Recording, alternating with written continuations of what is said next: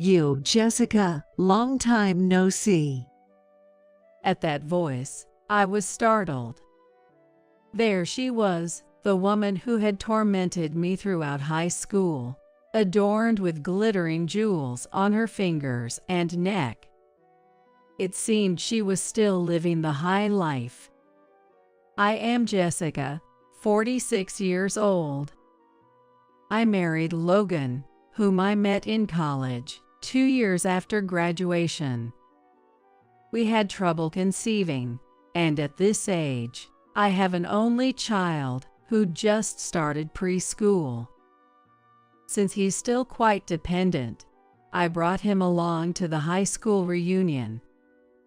And there was Isabella, my wealthy classmate, and she even spoke to me. Going back 30 years, to my high school days." Sorry about the private school, Mom. I decided to go to a private girls' high school.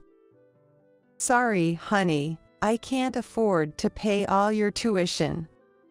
I came from a single-parent family. I had to attend school on a scholarship loan. Gold Star Academy, a posh school.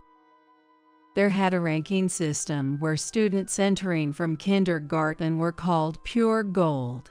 From elementary school were 24K gold. From middle school were 18K gold. And those of us who entered at high school were labeled as plated. The elite classmates were, of course, pure gold. "Are you plated? I've never seen you before," was the first thing one of them said to me at high school.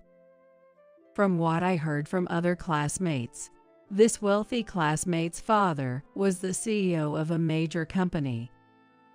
He was the top donor to the school, even donating buildings. And his daughter was treated as the gold standard of pure gold, featured in the school's brochures. Anyway, I ended up being nicknamed Plated Jessica in high school. But I still enjoyed high school life. Only the wealthy classmate called me Plated. However, she continued to call me Plated every time we met. And then, the situation worsened. Back then, there was no awareness or consideration for personal matters. After class, when the teacher called me to the desk and handed me a form. "This is the scholarship application. Fill it out and submit it to the office." Hearing this, the wealthy classmate burst into laughter and exclaimed loudly, "Hey everyone, did you hear? Plated Jessica can't even attend school without taking out loans. She wouldn't even be plated without her scholarship. She's totally plated." I clenched the form in frustration. Yet, I couldn't talk back, thinking of my hard-working mother. The woman who inflicted such humiliation on me was right there, in front of me. The wealthy classmate then scrutinized my child and said, "Is this your only child? Do you have an older one?" Yeah, he's an only child. What about you?" No way." She chuckled. "I'm not an older mother. I already have 3 kids, and the youngest is in elementary school. You know, being over 40 with just 1 child, that can't be the case, right? My husband is from that huge company, Imperial Heavy Industries. Being a stay-at-home mom with 3 kids, all attending Gold Star Academy, that's like living the dream. Some people are just born under a lucky star. Compared to that, you're stuck in poverty and misery forever." It was written all over her face that our origins and destinies were different. Hey, I find it interesting what kind of life a plated has led, getting this far. Introduce your husband. He must be poo anyway. Isabella's talk went on for a while. Seeing the only child of an older parent, I'm convinced it's a cycle of poverty passing on to the spouse. Why did you have a child so late? You're just spreading poverty, aren't you? Didn't you think that through? It's bound to lead to poverty, right? But now I'm getting curious about how plated you are. I want to see. Show me your plated spouse. I want to see how much he looks like poverty, out of morbid curiosity. She was saying whatever she wanted. Despite everything, I enjoyed high school. That's why I came here, wanting to reminisce with classmates. But still, to be approached and looked down upon by someone like her. But, all right, I'll have him pick me up today. I'll introduce him then. I decided. Time to come out. There's nothing to be ashamed of. I called my husband and explained the situation. Sure, I'll come to pick you up. His calm voice came through. Remember what you said earlier. You looked down on me. I won't forgive her for belittling my husband and child like this. I smiled at the thought of what was about to happen. After the reunion ended, Isabella clung to me. Her smirking face, sizing up my husband, was utterly distasteful. Then the pickup car arrived. It was my husband, Logan, in a blue common car. Isabella said, "Ah, of course, a common car. We have an Alfa Romeo, though." Already looking down on us. But the situation changed the moment the car stopped in front of me and Logan appeared from the driver's seat. Seeing Logan, she gasped and froze. You are. Seeing her flustered, I felt a lump in my throat dissolve. Good evening. Logan's voice was cheerful. Mrs. Parker, you look well. He knew her maiden name, Parker. Oh, yes, good evening. She was clearly flustered. Her face turned pale. I asked, "Hey, do you know each other?" The pretense was satisfying. Well, it's more like you're really something, you know. Logan sighed deeply. Don't make me say it again. I told you I went to the boys' school nearby.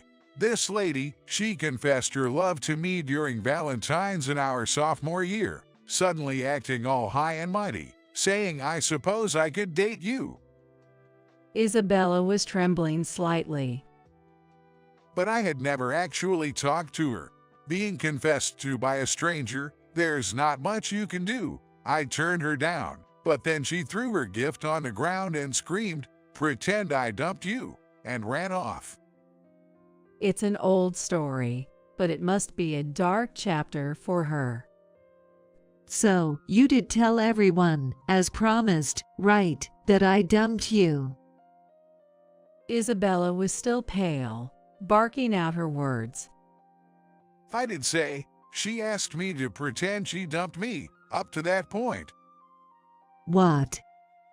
Well, it's unheard of for a guy to be dumped by an unknown girl on Valentine's Day, right? Plus, someone whose side said, that's Isabella Parker from Gold Star, known for her high status and arrogance.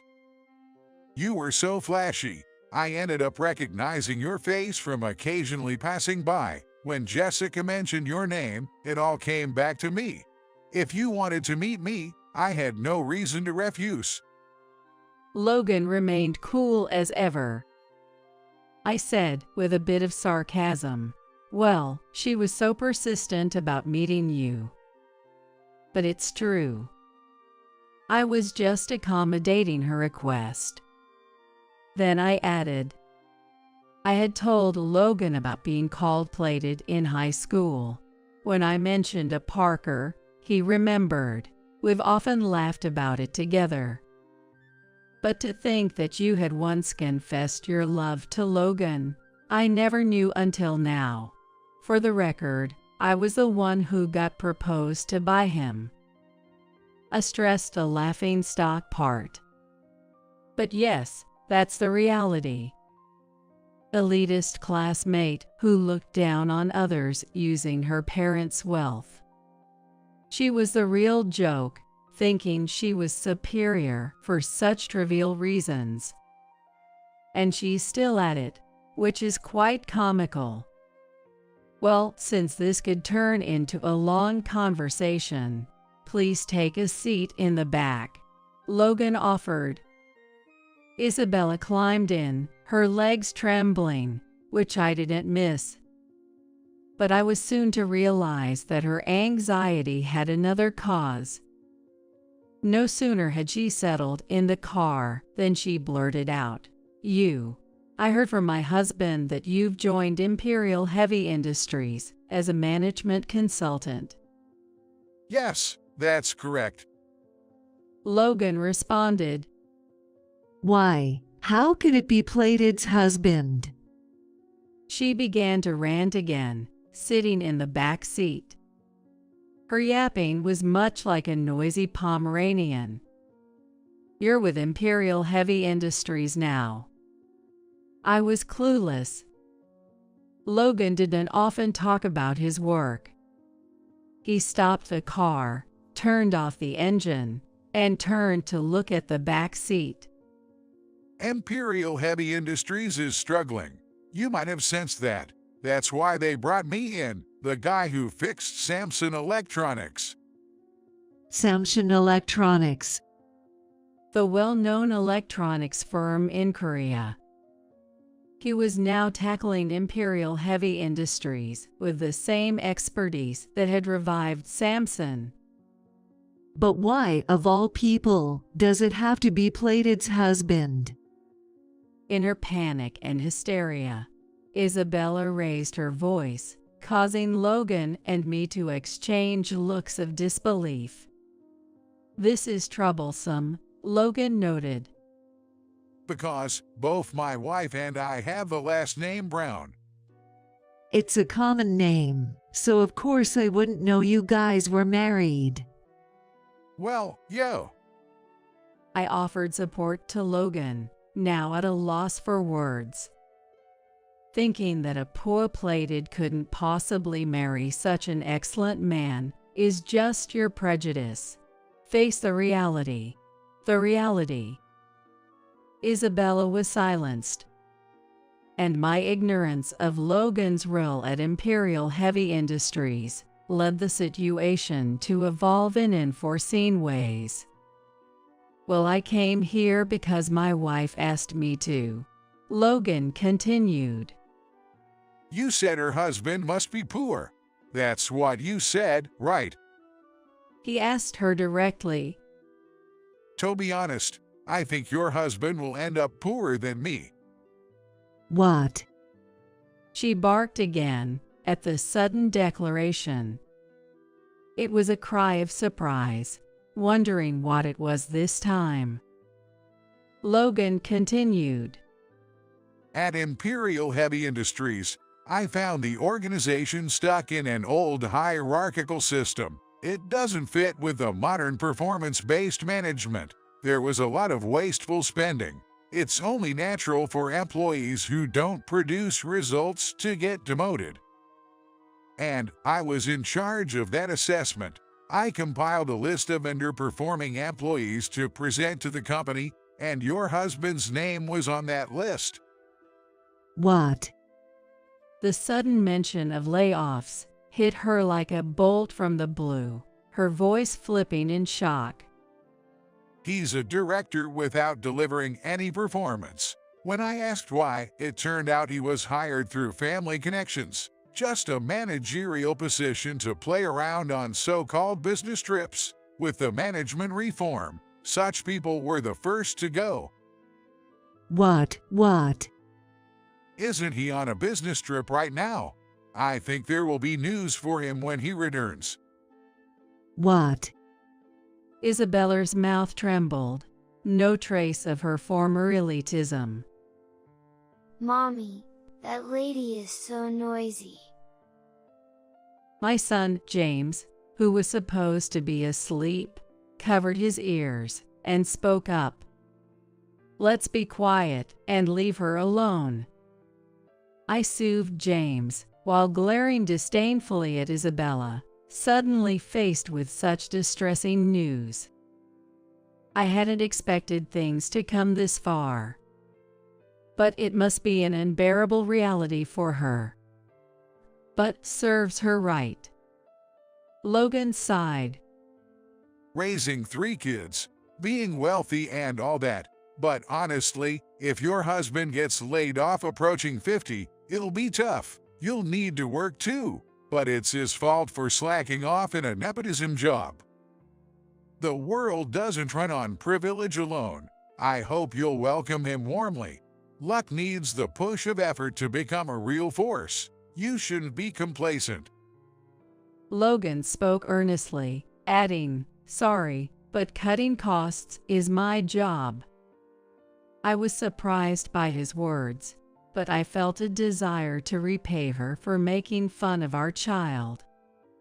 All your kids go to Gold Star Academy, right? Yes. Her reply was shaky, probably shocked by the reality hitting her. I pressed on. Gold Star Academy is expensive, so maybe all 3 will have to drop out. Huh, too bad, it's such a great school. The eldest is in high school, so maybe, with a scholarship. I could see her desperately doing the math in her head. Scholarship. I couldn't help but laugh. You told me, without a scholarship, you can't even afford school. You wouldn't even be plated without a loan. You're totally plated, and now you're considering putting your daughter in debt. Whether it's pure gold or 24K, that's ironic.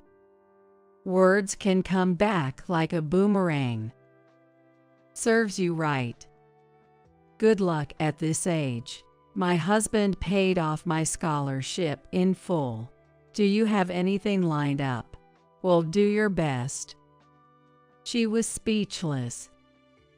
I'm getting off here. Isabella opened a rear door and stumbled out. She was unsteady and fell hard. There was a puddle, and she landed on her bottom in it, so her shoes and skirt were covered in mud. I addressed her one last time, witnessing her pitiful state. Pure gold. It's the softest and most malleable. I'm looking forward to seeing how much you'll bend, I said dismissively, closing the door and leaving her covered in mud behind. According to Logan, the restructuring at Imperial Heavy Industries seemed to be successful. A significant number of layoffs were carried out, and it appears that Isabella's husband was among those affected, as per the list. Meanwhile, I encountered a small world phenomenon. My mother, who started as a part-time worker and worked her way up to become the manager, runs a dry cleaning store in a corner of a supermarket near the station. She called me to say, "Hey, Mrs. Parker's daughter has come to work here as a part-timer." It seems the Parker family's business collapsed along with the steel industry's decline many years ago, and their company building and mansion were put up for sale. Isabella lived luxuriously thanks to her husband's position at Imperial Heavy Industries, but now that he's been laid off, the family is at a loss. Hence, she applied for the part-time job at the cleaning store. But she's still acting like a lady, inefficient, and complains that even sweaty shirts are too dirty to touch. She fusses that the iron is too hot, and can't even fold shirts properly, so we had to let her go after a few days. She won't last anywhere with that attitude. I hired her out of sympathy because she said she had 3 kids, but when I tried to teach her, she'd snap. Who do you think I am? I saw her in the park recently, wearing tattered clothes, and it didn't seem like she had found a job yet. I couldn't stop laughing. My life is reasonably happy with Logan's success as a consultant and our well-behaved son. I teach James to be self-sufficient and to treat everyone equally. There's no high or low in life. Everyone just lives according to their own values. Cherishing this simple truth, I watched Logan and James playing in the living room